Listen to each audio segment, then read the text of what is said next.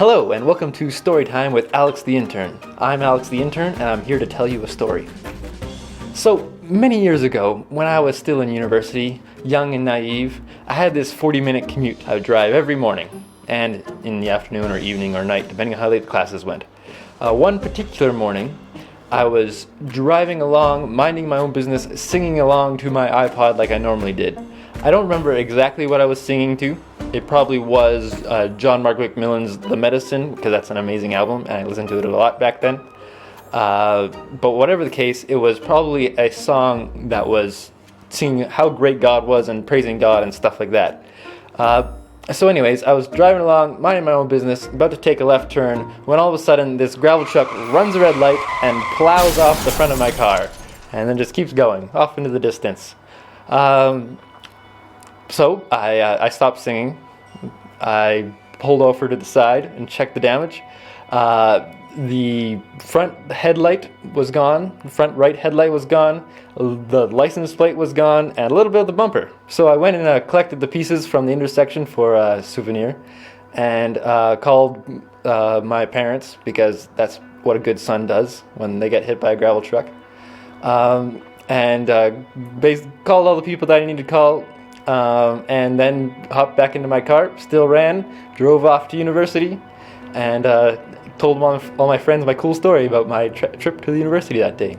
This experience raises an interesting philosophical question.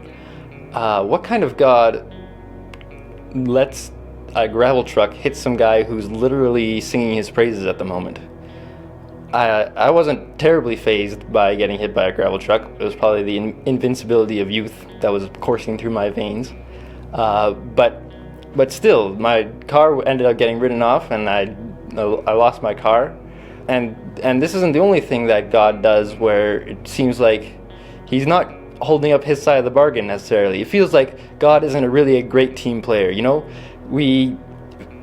If we're doing a good thing, we think it's good, we're doing it for the right reasons, why isn't it just easier for us, you know? Why doesn't God just pave the road for us?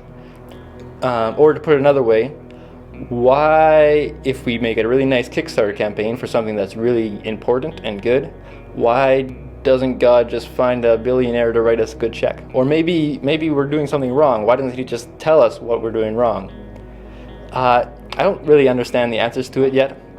I know that I still trust that God is doing things even when He doesn't do the things that I ask Him to exactly.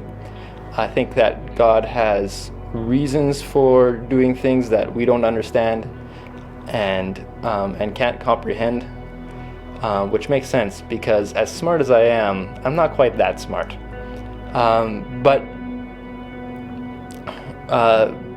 But I feel like there's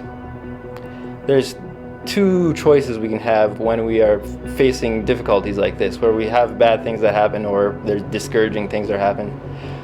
We can either be bitter about it and kind of give up, get angry at the situation, or we can trust God and learn from the situation. So I feel like we're really trusting God and learning right now. We're going to keep pressing on, studying the scriptures, and working through this story. We hope that you're going to continue to join us along this incredible journey. Hopefully, we all get to see what God does by the end. Until then, Spader Gator. See you next week. Or you'll see me next week. I wish I could see you. All I see is myself reflected in the camera. Jason standing behind the camera, his son Matthew listening to headphones, and Ted judging me silently from the corner.